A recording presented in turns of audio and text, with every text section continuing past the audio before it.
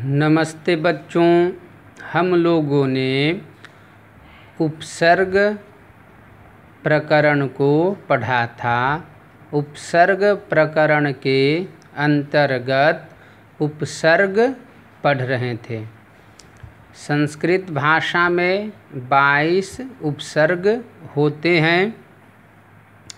आज हम लोग पुनः उपसर्ग युक्त पद शब्द को पढ़ेंगे तथा उपसर्ग युक्त पदों से उपसर्ग को छांटना, पहचानना सीखेंगे तथा किस प्रकार लिखा जाएगा इसके विषय में जानेंगे।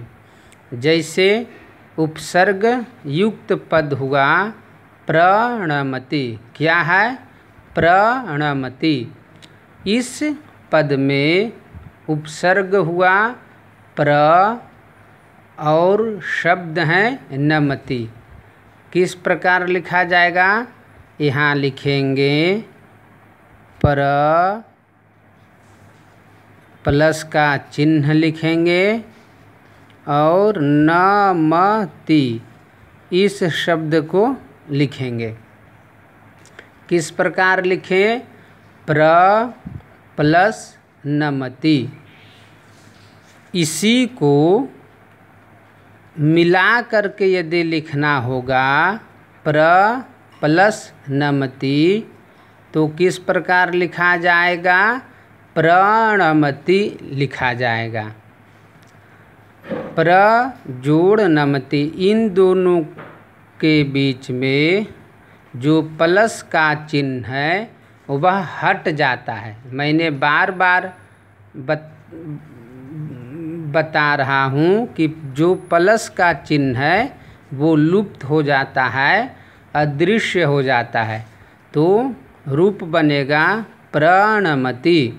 इसी प्रणमति को यदि उपसर्ग अलग करके लिखना है, उपसर्गान पृथक कृत्वा लिखन्तु, इस तरह के प्रश्न आते हैं परीक्षाओं में। उपसर्गान पृथक कृत्वा लिखन्तु अर्थात उपसर्गों को अलग करके लिखें। तो इस तरह लिखेंगे प्र जोड़ नमति। और आएगा उपसर्गान मिलित्वा लिखन्तु, तो प्र जोड़ नमति ये जो लिखा हुआ है इनको मिला कर लिखेंगे तो लिखाएगा प्रणमति। दूसरा निर्गच्छति। क्या है उदाहरण? निर्गच्छति। किस प्रकार लिखा जाएगा? निर जोड़ गच्छति। किस प्रकार लिखा जाएगा? निर प्लस गच्छति। जब हम निर लिखेंगे तो र हलंत होना चाहिए, जिसका उच्चारण होता है निर प्लस गच्छति। और जब मिलाएंगे तो क्या शब्द बनेगा? निर्गच्छति, जिसका अर्थ होता है बाहर जाता है। जनः गृहात् निर्गच्छति, लोग घर से बाहर जाते हैं।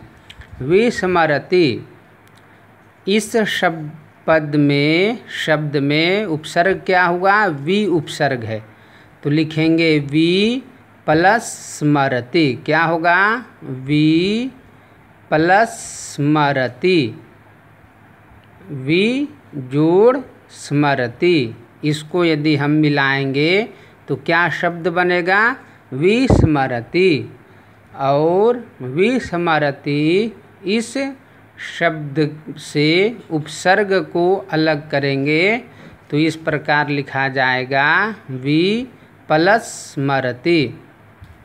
विस्मरति का अर्थ होता है भूल जाता है। छात्रः पाठम विस्मरति, छात्र पाठ को भूल जाता है। उपहासम, अगला उदाहरण है उपहासम। क्या होगा इसका उपसर्ग? क्या उपसर्ग है?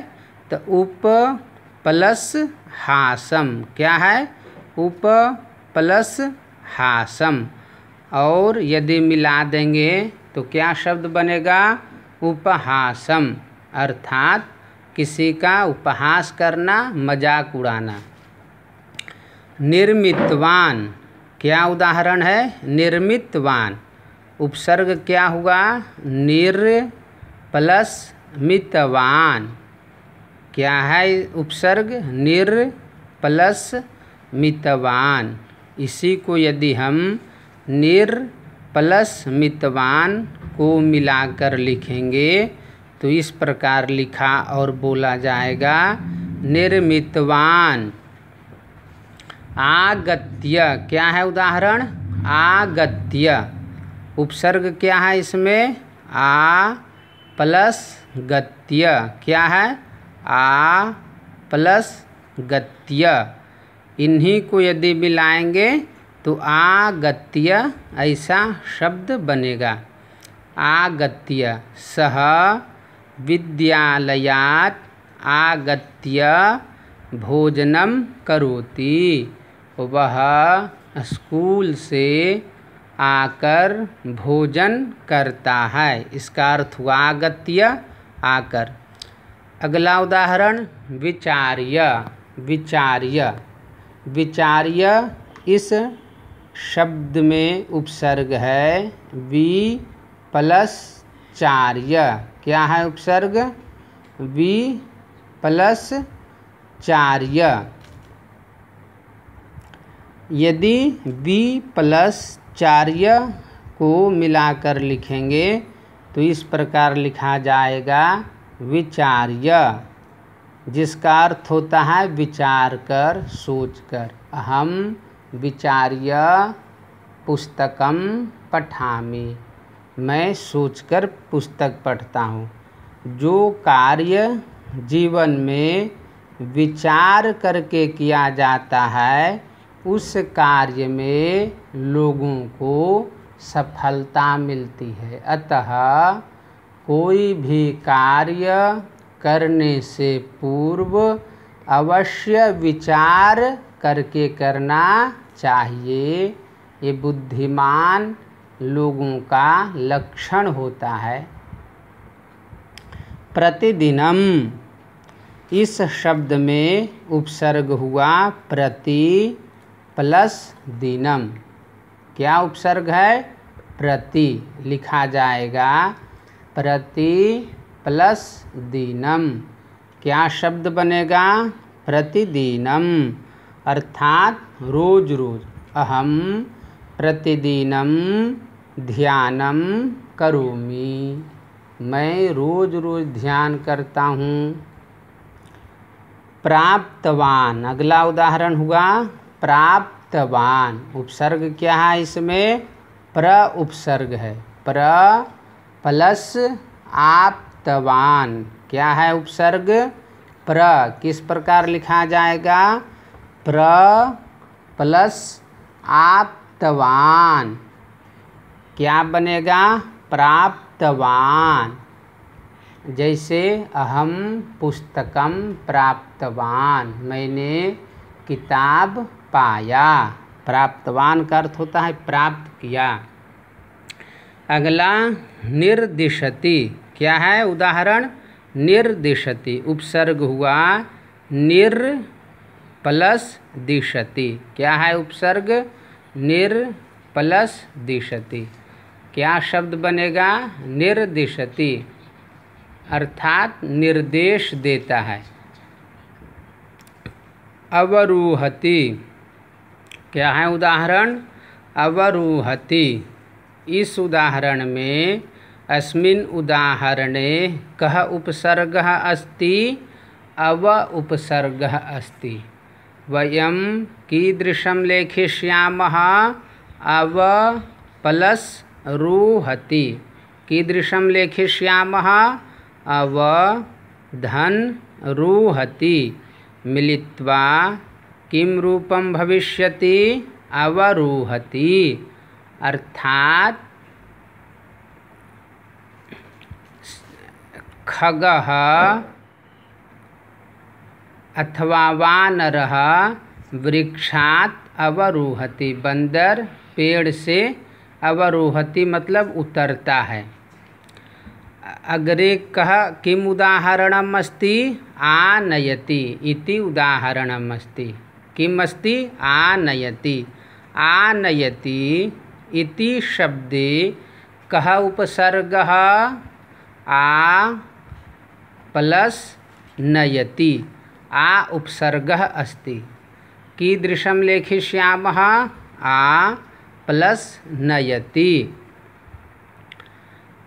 आ प्लस नयति इत्यस्य कीदृशं लेखिष्यामः? आनयति। उपसर्गः अस्ति आ। अनुभवति अस्मिन् शब्दे कः उपसर्गः? अनु उपसर्गः अस्ति। कः उपसर्गः अस्ति? अनु। लिखा जाएगा अनु प्लस भवति। किस प्रकार लिखेंगे? अनु प्लस भवति। अनु प्लस भवति, इसको किस प्रकार लिखेंगे? अनुभवति। निस्सरति। निस्सरति उदाहरण है। निस्सरति इस शब्द में क्या उपसर्ग है? निस उपसर्ग हुआ। क्या उपसर्ग है? निस। लिखा जाएगा निस प्लस सरति। किस प्रकार लिखा जाएगा? निस प्लस सरति।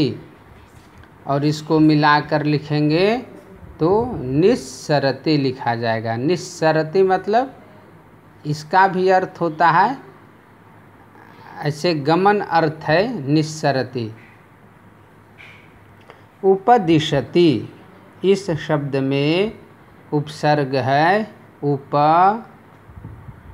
तो लिखा जाएगा उप प्लस दिशति। क्या लिखेंगे? उप प्लस दिशति। और उप प्लस दिशति को मिलाएंगे तो इस प्रकार लिखा जाएगा उपदिशति। प्राप्तुम। क्या है उदाहरण? प्राप्तुम। उपसर्ग हुआ प्र प्लस आप्तुम। प्र प्लस आप्तुम मिलाने पर क्या बनेगा? प्राप्तुम। अधिकृत्य। क्या है उदाहरण? अधिकृत्य। उपसर्ग क्या हुआ इसमें? कौन उपसर्ग है? अधि। लिखा जाएगा अधि जोड़ कृत्य। किस प्रकार लिखा जाएगा? अधि प्लस कृत्य। और इसको मिलाने पर एक शब्द बनेगा अधिकृत्य। आदाय। क्या है? आदाय। उपसर्ग इसमें कौन सा उपसर्ग है? आ उपसर्ग हुआ। आ प्लस दाय। और इसको मिलाएंगे तो शब्द बनेगा आदाय। इसका अर्थ होता है लेकर। अहम पुस्तकम आदाय पठामि। मैं किताब लेकर पढ़ता हूँ। विस्मृत्य। क्या है? विस्मृत्य। इस शब्द में कौन सा उपसर्ग है? वि उपसर्ग हुआ। वि प्लस स्मृत्य। क्या है उपसर्ग? वि प्लस स्मृत्य। मिलाने पर क्या शब्द बनेगा? विस्मृत्य। छात्रः पाठं विस्मृत्य विद्यालयं गच्छति। छात्र पाठ को भूलकर विद्यालय स्कूल जाता है। अर्थ हुआ भूलकर। परिपीडनाय। क्या उदाहरण है? शब्द है परिपीडनाय। इस शब्द में उपसर्ग हुआ परि। कौन सा उपसर्ग है? परि। लिखा जाएगा परि प्लस पीडनाय। क्या लिखा जाएगा? परि प्लस पीडनाय। मिलाने पर क्या बनेगा? परिपीडनाय। किसी को दुख देना। अगला उदाहरण हुआ सुवचनानि। इस शब्द में कौन सा उपसर्ग है? सु उपसर्ग हुआ। लिखा जाएगा सु प्लस वचनानि। किस प्रकार लिखा जाएगा? सु प्लस वचनानि। इसको मिलाने पर क्या शब्द बनेगा? सुवचनानि। बच्चों, हम लोगों ने उपसर्ग को पढ़ा तथा शब्दों से उपसर्ग को छांटना और पहचानना जाना तथा उपसर्ग को जोड़कर एक नया शब्द बनाना जाना।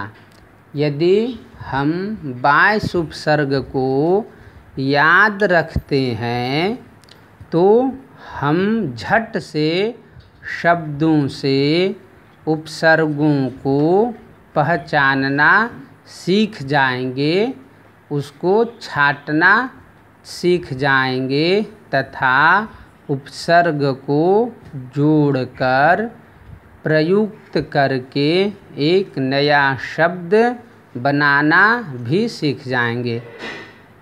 उपसर्ग को समझना और अपनी बुद्धि में स्थित करना अत्यावश्यक है, जिससे हम प्रतिदिन बोलचाल में अपने व्यावहारिक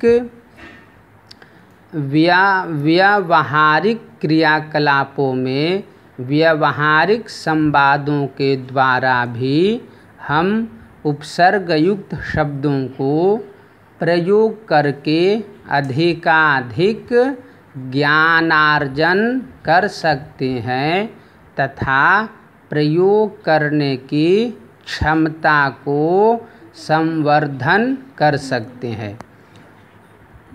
धन्यवादः। पुनर्मिलामः।